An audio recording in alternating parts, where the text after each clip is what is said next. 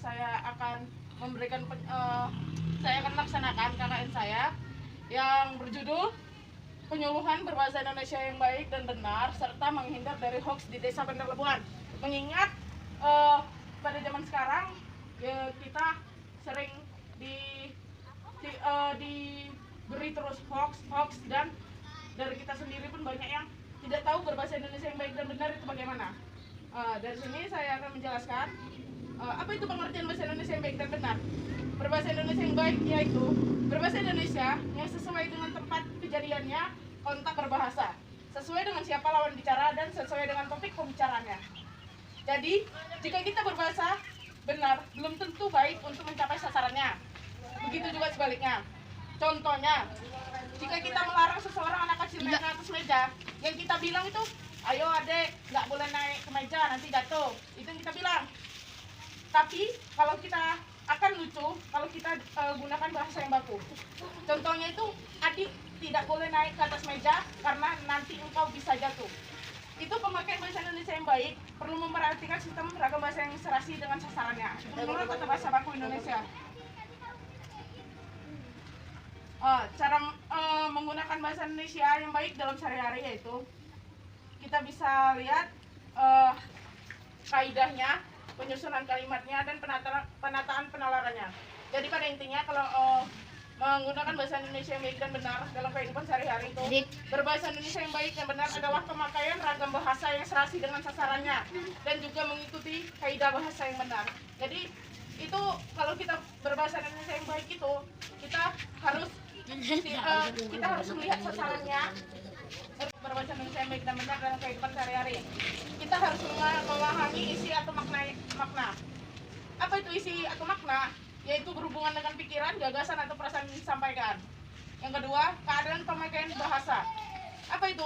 Yaitu yang berhubungan dengan suasana tempat atau waktu bahasa. Khalayak atau sasaran.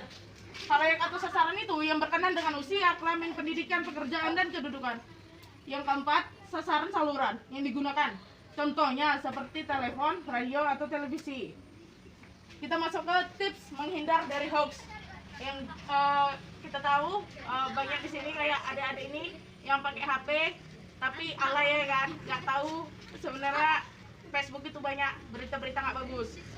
Jadi cara menghindar dari hoax itu karena banyak anak sekarang yang nyebarkan konten aja, yang disebarkannya orang bunuh diri lah, yang disebarkannya kucing yang dipijak-pijak lah, entah apa lah ya kan. Jadi di sini kakak mau ngasih tipsnya. Yang pertama itu, 1. Pahami situs berita informasi yang diperoleh. Jadi kalian tuh harus nengok situsnya itu situs apa. Jangan nanti kalian tengok tuh dari situs yang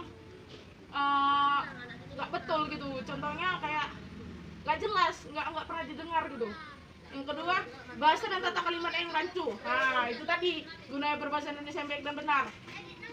Gunanya berbahasa Indonesia yang baik dan benar itu kita bisa membedakan mana yang kalimat rancu, mana yang tidak rancu. Kalau kalimat yang rancu itu dia tidak berbelit-belit dia maknanya. Yang ketiga, beritanya tidak berimbang. Contohnya kayak di sini provokatif ke sini yang A, yang satu lagi provokatif ke B gitu. Yang keempat, tempat dan tanggal kejadiannya tidak jelas.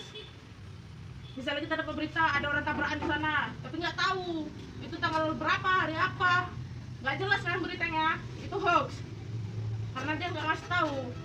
Udah yang kelima, kontennya yang tidak logis atau aneh. Tahu tidak logis atau aneh? Bisa pula buaya joget-joget, itu bisa logis aneh ya kan. Bisa pula nanti orang terbang, entah kaki ngepak entah apa lah ya kan. Entah pula nanti ada foto putri duyung, gitulah dan sebagainya.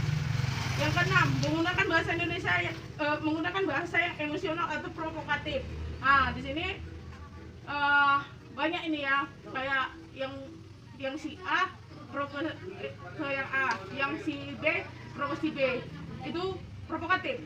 Dia kayak menggunakan bahasa ini bodoh nih, si A bodoh, yang pintar ke si B, kayak gitu, itu provokatif. Jadi intinya serta simpulannya dari saya, berbahasa yang baik dan benar serta jangan terpengaruh oleh hoax. Itu saja. Sekian dan terima kasih. Kak, saya bertanya, cara menghindari hoax itu kayak mana caranya? Itu yang tadi kakak jelas sih, berarti nggak memperhatikan ya. Kalau hoax itu lebih dominan, dia yang itu provokatif. Contohnya yang seperti kakak bilang tadi, yang si A menjelekkan si B menjelekkan si A, dia provokatif. Jadi dia tuh kayak ngajak, ini si B ini bodoh, kalian harus akui dia tuh bodoh gitu misalnya. Itu provokatif. Dia mempengaruhi kita. Sebenarnya dalam berita itu tidak boleh. Berita harus berimbang isinya. Dia tidak boleh